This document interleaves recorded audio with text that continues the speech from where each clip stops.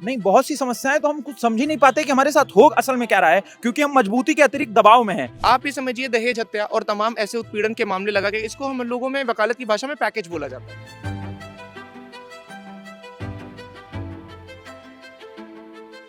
अतुल सुभाष, मानव शर्मा जैसे केसेस जिसमें जो पुरुष हैं वो शादी की वजह से परेशान होकर या मैरिटल डिस्प्यूट की वजह से सुसाइड कर ले रहे हैं। सुसाइड का केस ये भी तो हो सकता है ना कि पुरुष प्रेशर झेल ही नहीं पा रहा, क्योंकि महिलाओं को तो हमेशा प्रेशर में रखा जाता है। तो महिलाएं शादी, क्योंकि शादी के लिए ही बनाई जाती है महिला, आपको शादी करनी किसी और के घर जाना, पुरुषों को नहीं बताया जाता कि आपको शादी करके।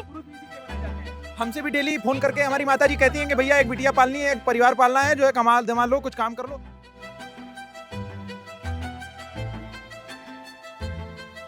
सोसाइटी में तो जो था वो था ही, बट लीगल प्रोसीजर इतना लंबा देखा या लीगल प्रोसीजर में कहीं ना कहीं जस्टिस नहीं मिला लड़कों को, and then they committed suicide. Even women are committing suicide. Like why is suicide gendered here? Like हम समझ रहे हैं कि अभी ये आगे आ रहा है, but suicide I don't think I think it's a very gender neutral phenomenon. पास में भी रिलेशनशिप में भी आप किसके साथ सोई थी या किसके साथ संबंध में थी, ये बताने के मुद्दे नहीं है। अगर हमें समय से पता चल गया कि पास्ट क्या है, हम एक्सेप्ट करने लायक हैं, हमारी मानसिक स्थिति अगर उस तरह से है तो करेंगे, नहीं तो शादी नहीं करेंगे भाई। आदमी के दिमाग में ऐसा क्या डाला जा रहा है कि वो लगातार यही सोच रहा है कि शादी से पहले मेरी जो पत्नी है वो किस किस के साथ थी या किस किस के साथ संबंध में थी। बायोलॉजी भी कहती है, डॉक्टर भी कहते हैं कि उसका 3600 चेक कराओ, कहीं एड्स तो नहीं है उसको, कुछ भी हो सकता है, साला मर जाऊंगा, जीवन खराब हो जाएगा। पुरुष भी तो कर रहा है, और जो पुरुष वैश्यालयों में चला जा रहा है उसको भी तो पहले टेस्ट कराना चाहिए ना। मर्द से नहीं खुल पाते हैं, ये फैक्ट है कि मर्द महिला से खुल जाता है। लड़के ना खुल के बात नहीं कर पाते, क्योंकि हम जब शाम को बैठते हैं एक दूसरे से सारी चीजें ओपनली शेयर नहीं कर पाते। इसका होना चाहिए कि हेल्पलाइन बनाए। थोपा जा रहा है लोगों पे कि पेरेंट्स बोल रहे तो आप कर लो। I think people are realizing it. Yeah, live in कर लो, रह लो। You could be in a constant companionship with someone, with whoever you have, you know, romantic inclination towards, without getting married. What's the problem with it?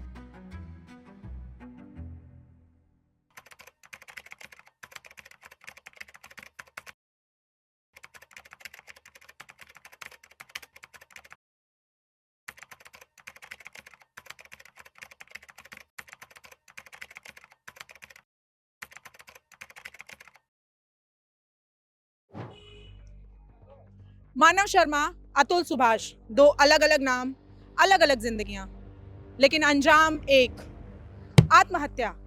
इसकी वजह भी एक, वैवाहिक विवाद।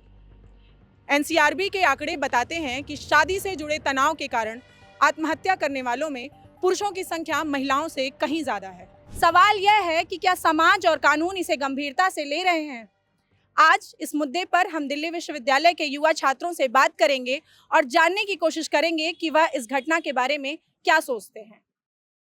पिछले सालों से अगर देखा जाए तो बहुत सारे ऐसे केसेस हैं, जैसे अतुल सुभाष, मानव शर्मा जैसे केसेस जिसमें जो पुरुष हैं वो शादी की वजह से परेशान होकर या मैरिटल डिस्प्यूट की वजह से सुसाइड कर ले रहे हैं। तो क्या लगता है आपको कि ये मतलब आदमियों के मेंटल जो इश्यूज़ हैं उसको एज अ सोसाइटी हम इग्नोर कर रहे हैं, या क्या हमारे कानून में रिफॉर्म करने की ज़रूरत है? रही रिफॉर्म्स की बात, और उनकी तो देखिए रिफॉर्म्स तो बेहद ज़रूरी है, रिफॉर्म्स तो आना बहुत ज़रूरी है, बट उससे पहले आई थिंक इस समाज को भी इस बारे में बात करने की ज़रूरत है।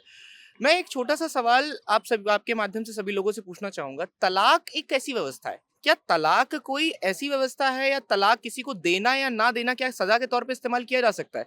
मैं यहाँ लॉ कॉलेज में खड़ा हूँ, हमारी रिस्पेक्टेड जुडिशरी है, मगर कहीं ना कहीं judicial system over the time ऐसा बन चुका है कि हमारे जजेस ने भी कहीं ना कहीं तलाक को देने या ना देने को एक हथियार की तरह इस्तेमाल करना शुरू कर दिया है। आप ये समझिए दहेज हत्या और तमाम ऐसे उत्पीड़न के मामले लगा के इसको हम लोगों में वकालत की भाषा में पैकेज बोला जाता है कि भाई ये पूरा एक पैकेज की तरह यूज होगा। मानव शर्मा का जो मामला था उसमें मानव शर्मा को तलाक चाहिए था अपनी वाइफ से, पर उनकी वाइफ को तलाक नहीं देना था। उन्होंने कहा मैं तलाक नहीं दूंगी और मैं दहेज उत्पीड़न के मामले और इन चीज़ों में मैं तुम्हें फंसा दूंगी। तो उसने अपनी वीडियो में कहा कि प्लीज़ मर्दों के बारे में भी सोचिए। तो वो कहीं ना कहीं सबसे ज़्यादा परेशान, जैसा उसने कहा कि उसकी वाइफ का कहीं अफेयर था, वो पास्ट रिलेशन से परेशान था, या वो प्रेजेंट में भी अगर वो एडल्ट्री का मामला था, तो वी डोंट नो, अभी वो फैसला आया नहीं है। पर अगर वो कानून की बात कर रहा था कि कानून से इतना परेशान था, तो आपको क्या लगता है कि इसका सॉल्यूशन क्या होना चाहिए? क्योंकि औरत तलाक नहीं देना चाहती है और आदमी को तलाक चाहिए, तो इसमें कैसी व्यवस्था हो जहाँ पर दोनों पक्ष एक समान हो सके? सबसे पहले तो देखिए बहुत ही अतुल सुभाष जी की घटना हो या मानव शर्मा जी की घटना हो, बहुत ही दुर्भाग्यपूर्ण घटना है और कहीं ना कहीं समाज को ये सब देखने समझने की जरूरत है कि शादी बंधन है ये कहा जाता है, मगर ये मन का बंधन है ना। दोनों में से अगर कोई भी पार्टी अगर रहना नहीं चाहती है तो कोई दूसरी पार्टी उसे कैसे इस बात के लिए जबरदस्ती रख सकती है? आइदर इज अ वाइफ और हस्बैंड, दोनों में से कोई भी पार्टी ये प्रेशर कैसे बना सकती है कि नहीं तुम्हें मेरे साथ रहना पड़ेगा जबरदस्ती? कहीं ना कहीं ये तो हमारे स्वतंत्रता के अधिकार का ही हनन है कि अगर मैं किसी के साथ नहीं रहना चाहता हूँ मुझे जबरदस्ती रहना पड़ेगा। शासन है और जो व्यवस्था है, जो लोग उसके पीछे काम करने वाले वो पूरे दोषी हैं। हम कोई भी किसी को भी मुक्त नहीं कर सकते। क्या कानून दोषी नहीं है? कानून इसमें बराबर का दोषी है। उसमें जेंडर न्यूट्रल कानून बनने चाहिए और मैं तो कह रहा हूँ हर 10 साल पे कानूनों की समीक्षा होनी चाहिए। कितना कुछ छूट जाता है। देखिए, महिलाओं को ज्यादा अधिकार दिए गए हैं क्योंकि उन्हें जरूरत है। 5000 सालों से जो चलता आ रहा है, अब उसे नकार देंगे वो तो नहीं हो सकता ना। उत्पीड़न या जितनी भी आत्महत्याएं, सती प्रथा या जो भी प्रथाएं हैं, सारी महिलाओं के खिलाफ रही हैं। तो हाँ, एज अतुल सुभाष जैसे, या फिर आप देख लीजिए अभी जो केस आया है हाल ही में मानव शर्मा, ये जो केस है ये केस है, इन्हें नकारा नहीं जा सकता और ये विषय भी चिंतनीय है।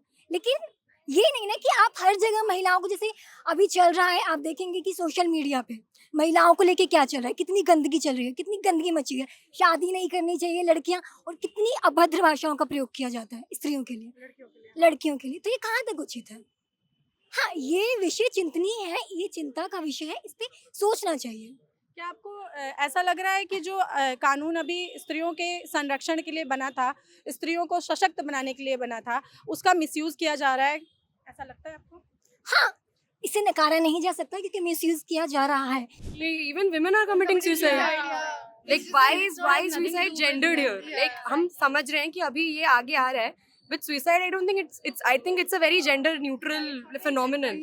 तो अब इसमें but it's great that एक चीज जो पहले इतनी talked about नहीं थी अभी उसको इतना exposure मिल रहा है, but इसके लिए अभी I think सुप्रीम कोर्ट अगर ऐसी चीजों पे अगर कर रहे हैं कुछ तो इस पे पहले कर दे बाकी चीजों से They ज्यादा। have a lot of time for comedians, no? Ranveer Lavadiya and all. इतनी सारी चीजें हो रही है, so many। तो आपने ये गाली क्यों दी थी? मैंने कह रही हूँ कि ऐसे देना चाहिए। ओके, इवन दे आर कि पब्लिक प्लेटफॉर्म पे आप ऐसे करो वो करो, but there are so many other pressing issues which need to take a lot of, I don't know, which need a lot of attention. पुरुषों के साथ भी गलत हो रहा है और सॉरी फॉर हिज लॉस। मतलब सुभाष का केस तो मैंने बहुत 1 घंटे का उन्होंने वीडियो डाला था, मैंने पूरा सुना उसको और मुझे बहुत दुख भी हुआ उनकी फैमिली के लिए और उसके लिए भी। वो इतना होनहार आदमी थे और इतने पढ़े लिखे, उनकी बातचीत से ही लग रहा था। तो उनके लॉस के लिए तो मुझे बहुत दुख है। और जहाँ तक बात है उनके मेंटल हेल्थ की, तो उनको भी समझना चाहिए, उनको भी इमोशनल अंडरस्टैंडिंग की ज़रूरत है, उनको भी स्पेस देना चाहिए हमें। मेरा यही मानना है। क्या आप लड़के आपस में अपने प्रॉब्लम के बारे में डिस्कस करते हैं? अगर कोई मेंटल हेल्थ इश्यूज होते हैं तो क्या लड़के आपस में डिस्कस करते हैं? नहीं, बहुत सी समस्याएं तो हम कुछ समझ ही नहीं पाते कि हमारे साथ हो असल में क्या रहा है, क्योंकि हम मजबूती के अतिरिक्त दबाव में हैं। हम बड़े हुए तो हमको घर में माता जी ने कह दिया कि देखो, क्योंकि बाहर तुम जाओगे और तुम लड़ोगे क्योंकि तुम मजबूत हो, तुम पुरुष हो। तो हमारे अंदर जो अतिरिक्त दबाव दे दिया गया ना मजबूती का और उस सब का, और हमें वो भी ब्लेम भी किया गया लगातार कि जो है ये सब समस्याएं हो रही हैं जैसे अभी लगातार, तो उस सब से हम बहुत दबाव में रहते हैं। तो हम कहें, वही बात है ना कि जब हम बहुत एकाकी होते जा रहे हैं तो हम कहेंगे तो किससे कहेंगे और कैसे कह पाएंगे? अभिव्यक्ति भी हमारे पास सही से पहुंची नहीं है। और कहने वाला बाई चांस 2 ही लोग हैं पूरे परिवार में, स्त्री और पुरुष है शादी करने के बाद। और अगर कहने वाला जिससे हम उम्मीद करते हैं कि वो हमसे सुनेगा, वहां पे थोड़ा सा समस्याएं हो जाए, मिसकम्युनिकेशन हो जाए, तो हमारे पास आत्महत्या ही चुनाव बचता है। तो मुझे लगता है पुरुष को पुरुष बनाने में जो समस्या है वो घर से आ रही है, क्योंकि आप पुरुष बनाते हैं कि मर्द को दर्द नहीं होता। हाँ, ये वाला कॉन्सेप्ट जो है, क्योंकि आप शुरू से ही देखेंगे मर्द बच्चे को सिखाया जाता है लड़कों को कि तुम्हें रोना नहीं है, तुम्हें शिकायतें नहीं करनी, नखरे नहीं करने हैं, मतलब मजबूत बनना है, स्ट्रांग रहना है। क्यों रहना है स्ट्रांग? लड़कियां हैं, आप देखेंगे कि शादी के बाद लड़के ज्यादा सुसाइड करते हैं। क्यों सुसाइड करते हैं? लड़कियां नहीं करती क्योंकि लड़कियां एक्सप्रेसिव है, लड़के एक्सप्रेसिव नहीं हो पा रहे हैं। इसमें भी समाज की ही गलती है। सुसाइड का केस ये भी तो हो सकता है ना कि पुरुष प्रेशर झेल ही नहीं पा रहा, क्योंकि महिलाओं को तो हमेशा प्रेशर में रखा जाता है। तो महिलाएं क्योंकि शादी के लिए ही बनाई जाती है। महिला, आपको शादी करनी किसी और के घर जाना, पुरुषों को नहीं बताया जाता कि आपको शादी करके। पुरुष भी इसी के लिए बनाए जाते हैं। हमसे भी डेली फोन करके हमारी माता जी कहती हैं कि भैया एक बिटिया पालनी है, एक परिवार पालना है, जो है कमाल धमाल लो, कुछ काम कर लो, सबसे कहा तो जाता क्या है। पुरुषों के ऊपर मानसिक मानसिक दबाव से ज्यादा आर्थिक बोझ भी है और फाइनेंशियल एक स्ट्रेस भी है। हाँ, क्योंकि हमको बता रहे हैं कि वो कोल्हू का जो जुआ, नाम सुने आपने? जुआ बैलों के गर्दन पे रख दिया जाता है बैलगाड़ी ढोने के लिए। तो वो बैलगाड़ी पहले से तैयार है, जुआ हमारे गर्दन पे बचपन से ही रख दिया गया है कि ये जुआ आपको ढोना है। तो उस जुआ का भी तो बोझ है, और ऊपर से वो जुआ ही जब जो ज्यादा वजनदार हो जाएगा ना, तो हम नहीं झेल पाएंगे, और नहीं झेल पाएंगे तो मरने की स्थिति ही बैल की होगी। क्या लड़के आपस में मेंटल हेल्थ के बारे में एक दूसरे से बात करते हैं? मैम लड़के ना खुल के बात नहीं कर पाते, क्योंकि हम जब शाम को बैठते हैं एक दूसरे से सारी चीज़ें ओपनली शेयर नहीं कर पाते, क्योंकि हम चाहते नहीं है कि हमारे घर का जो भी कलेश है, जो भी चीज़ें हैं, वो और लोगों के सामने आए, ना कि हम अपने क्या कहते हैं घर वालों के सामने भी नहीं बता पाते हैं इस चीज़ को। बहुत सारी चीजों पे बात करते हैं तो इसमें ये कर ही लेना चाहिए, कर ही लेना चाहिए। बाकी बहुत चीजों लेते हैं तो ये भी कर ही सकते हैं। नहीं करना चालू करना चाहिए अब क्या प्रॉब्लम लगती है उन्हें, क्यों नहीं बात करते वो? मतलब फील इमैस्कुलेटेड बाय इट, हम कि हमारी मर्दानगी पे सवाल आ रहा है, तो मर्दानगी लेके आत्महत्या करने से अच्छा बात ही कर लो। मर्द मर्द से नहीं खुल पाते हैं, ये फैक्ट है कि मर्द महिला से खुल जाता है, महिला मित्र से खुल जाता है। जितना वो अपने प्रॉब्लम के बारे में अपने महिला मित्र को बता सकता है, अपने मर्द को मित्र को नहीं बता सकता, ये फैक्ट है। इसका होना चाहिए कि हेल्पलाइन बनाए, मर्द के जो कॉल्स हो वो वहाँ पे मैंडेटरीली कोई महिला मित्र ही हो तो वो ज़्यादा खुल सकेंगे। देखो मेंटल हेल्थ तो मेंटल हेल्थ है, बात तो होनी चाहिए। वीर ऑल सोशियोलॉजी स्टूडेंट्स, तो हम वहीं पढ़ते हैं and I think we are all aware of how कि हाँ नेग्लेक्टेड है। तो I don't think gender is got anything to do with how, या तो if people are facing issues then I think communication तो होनी चाहिए। पर अगर नहीं भी होती, if it comes to a broader area of legislation, तो उस पे भी I think you know the Indian forum is terribly lacking I think. क्या लगता है कि इन सुसाइड्स को कम करने का, जो चाहे मेन कर रहे हैं चाहे वुमेन कर रहे हैं, क्या तरीका हो सकता है कि ये सुसाइड जो रेट है ये कम हो सके? So I think people should communicate better now, you know, better, easier said than done, but they should communicate better. And तो पहले दो लोगों के बीच में बात सही हो तभी जाके कुछ आगे बढ़े। तो I think these are problems that बोलो that need to be And I addressed at a think personal level first. seeking professional help, हाँ, like therapy, I know it's not accessible to everyone, but फिर एक यही institutional level पे हो सकता है कि आप ये therapy को accessible बनाए सबके लिए, ये हो सकता है, but वही asking for help. People need to speak up if they need to have the help. सरकार को इसके खिलाफ जंग छेड़ देनी चाहिए अभी से ही। वो सुविधाएं करे, साइकेट्रिस्ट को, साइकोलॉजिस्ट को, काउंसलिंग को बढ़ावा दे, लोगों को भेजे वो, और ये स्टिग्मा और ये अवेयरनेस फैलाए कि स्टिग्मा कि ये भाई पागलपन नहीं है। लोग समझते हैं कि ज़्यादा ये पागल हो गया है, ये पागल नहीं हो रहा है, ये अपनी मेंटल हेल्थ और पागलपन में बहुत अंतर है, इसे बताना बहुत जरूरी है। एक तो पहला सॉल्यूशन तो ये कि जो हस्बैंड वाइफ है उनके बीच में अंडरस्टैंडिंग अच्छे से होनी चाहिए, और दूसरा अगर ये जो लॉ है ये काफ़ी मतलब फीमेल को ज़्यादा प्रेफरेंस देते हैं एज़ कम्पेयर टू मेन, तो ये भी एक चीज़ होनी चाहिए कि जो मेंस है उनके बारे में भी थोड़ा लॉ में उनका ध्यान देना चाहिए। और उसमें मेंटल हेल्थ को क्या इन्वॉल्व करना चाहिए? हाँ, कानून में लड़कों के मानसिक उत्पीड़न को भी एक मुद्दा बनाना चाहिए। हाँ, वही आप देखो ना, जैसे डिवोर्स में यही होता है कि फीमेल्स को प्रेफर करा जाता है, और इस बेसिस पे जो मेंस होते हैं उनकी मेंटल हेल्थ अफेक्ट होती है। तो ये है कि मेंस के भी मेंटल हेल्थ को देखना चाहिए, उनके लिए भी कुछ ऐसा होना चाहिए जैसे फीमेल्स के लिए है, क्योंकि डाइवोर्स में जितने भी सारा फेवर्स दिए जाते हैं वो फीमेल्स को ही दिए जाते हैं। जहाँ पे सच में ज़रूरत है लॉ की, या अब अगर आप देखना चाहेंगे मानव का जो केस है उसमें उसने लिखा है कि वर्जिनिटी, मतलब आप ये देख रहे हैं कि उसने बकायदा बोल के गया है वो व्यक्ति कि मेरी पत्नी के पहले संबंध थे पुरुषों के साथ, किसी के साथ सोती थी। तो आप ये देख रहे हैं कि आप जब शादी कर रहे हैं और आप बकायदा बायोडाटा में लिखिए कि मुझे वर्जिन लड़की चाहिए। अगर आपको वर्जिन लड़की चाहिए तो आप लिखिए। और ये सोचने वाली बात है कि आज के समय में 21st सेंचुरी में भी ऐसा क्या है पुरुषों की सोच में कि वो वर्जिन महिलाएं चाहते हैं। ये सब तो एकदम निराधार है। Virginity is a taboo. ऐसे ही निराधार है जैसे महिलाएं कहती हैं कि हमको सरकारी नौकरी करने वाला पुरुष चाहिए। ये जैसे भी मांगे हैं, आप व्यक्ति क्यों नहीं मांग रही, अच्छा आदमी क्यों नहीं मांग रही? आप सरकारी नौकरी मांग रहे हैं, और आप ऐसी स्त्री क्यों मांग रही हैं जो पन्नी में पैक हो? आप क्यों मांग रहे हैं? आप ये समाज क्यों मांग रहा है? जो महिलाओं के साथ भी समस्याएं हैं वो समाज में ही पैदा हुई समस्याएं हैं, और समाज ही मिलकर के उसको खत्म करेगा। और हम कैसे खत्म करेंगे, ये हमारा चयन है कि हम आक्रामक हो रहे हैं कैसे हो रहे हैं। अब देखिए कि आप न्यूक्लियर फैमिली बनाते चले जा रहे हैं। पहले क्या था कि एक बहुत बड़ा परिवार है, संयुक्त परिवार है, उसमें पता ही नहीं चलता था किस कौन अवसादग्रस्त है कैसे क्या है। अभी न्यूक्लियर आदमी अकेला होता चला जा रहा है और दौड़ता जा रहा है, जैसे कोल्हू में बैल पिसता है ना, वैसा व्यक्ति होता जा रहा है। वो चाहे स्त्री हो चाहे, जैसी बात अभी कही मैं उससे बहुत ज्यादा सहमत हूँ कि इसको स्त्री पुरुष करके देखा ही नहीं जाए, इस व्यक्ति को केंद्र में लेकर के अगर देखा जाए तो आदमी जब उस व्यवस्था में पिसता जा रहा है तो वो अपनी बात कहे तो किससे कहे।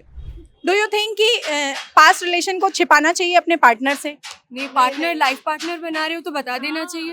वो तो Good to share. It's good to share. I feel communication is anyway the key. It's very important. So अगर आपका ऐसा कोई रिलेशनशिप रहा है तो आपको बताना चाहिए। अब वो आपके पार्टनर के ऊपर डिपेंड करता है कि वो कैसे लेंगे, वो बिल्कुल ही अलग चीज़ है, बट बताना चाहिए। पास्ट देखिए, पास्ट फैमिली को डिस्कस नहीं, कि आपके कितने रिलेशंस हैं, फैमिली छोड़िए, पास्ट में भी रिलेशनशिप में भी आप किसके साथ सोई थी या किसके साथ संबंध में थी, ये बताने के मुद्दे नहीं है। हाँ, अरेंज मैरिज में ये बताया जा सकता है कि आपका फेवरेट कलर क्या है या जो भी है, ये म्यूचुअल अंडरस्टैंडिंग। अच्छा, तो आपके हिसाब से कि लड़कियों को अगर अरेंज मैरिज हो रही है तो उसमें अपने पास्ट रिलेशन के बारे में नहीं बताना चाहिए?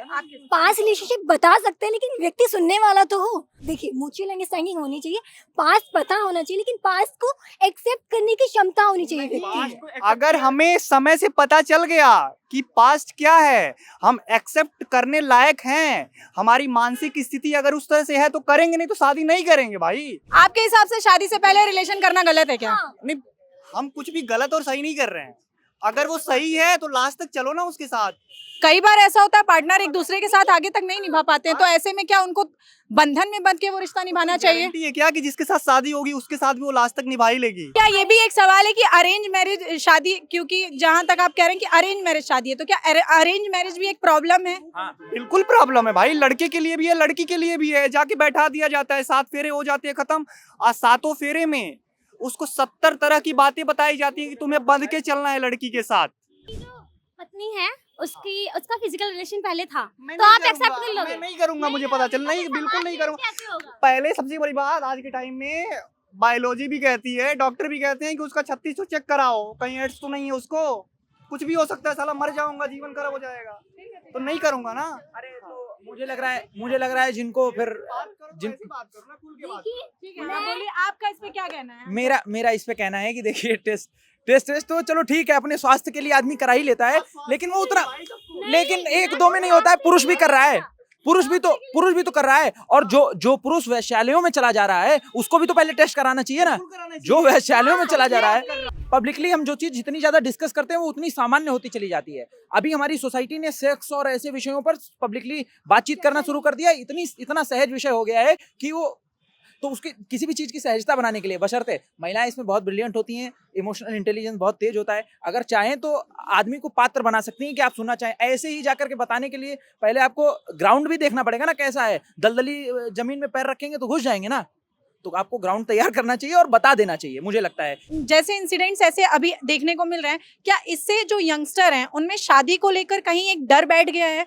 यंगस्टर के मन में शादी को लेकर एक डर है कि? I don't think डर है, I think it's a very well informed decision and like it's an institution जो कि बहुत सालों से थोपा जा रहा है लोगों पे। मैं नहीं कह रही हूँ कि लोग willingly शादी नहीं कर रहे हैं, पर बहुत लोग हैं जो unwillingly शादी कर रहे हैं। तो if people are realizing the evils of a certain institution, जो बहुत पहले से कर लेना चाहिए तो अच्छी बात है। अगर अपने आप का सेल्फ एनालिसिस करके लोग जान पा रहे हैं कि मुझे इससे कोई लेना देना नहीं है, तो आई थिंक अब ये मैरिज को लोग अपने हाथों में ले रहे हैं इंस्टेड ऑफ समथिंग जैसे थोपा जा रहा है लोगों पे कि पेरेंट्स बोल रहे हैं तो आप कर लो। I think people are realising it, या लिव इन कर लो, रह लो। You could be in a constant companionship with someone, with whoever you have, romantic inclination towards, without getting married. What's the problem with it? मानव शर्मा और अतुल सुभाष जैसे मामले यह दिखाते हैं कि कैसे शादी के बाद मानसिक तनाव और कानूनी प्रक्रियाएं किसी को अंदर से तोड़ सकती हैं। कुछ लोगों का कहना है कि मानसिक स्वास्थ्य पर खुलकर बात करनी चाहिए, तो कुछ लोगों का कहना है कि शादी के बाद वैवाहिक कानूनों में संतुलन जरूरी है। ऐसे में सबसे बड़ा सवाल यह है कि क्या इन मुद्दों पर कोई ठोस कदम उठाए जाएंगे या भविष्य में ऐसे मामले और आगे बढ़ते रहेंगे। इन मुद्दों पर आपकी क्या राय है, कमेंट में ज़रूर बताएं।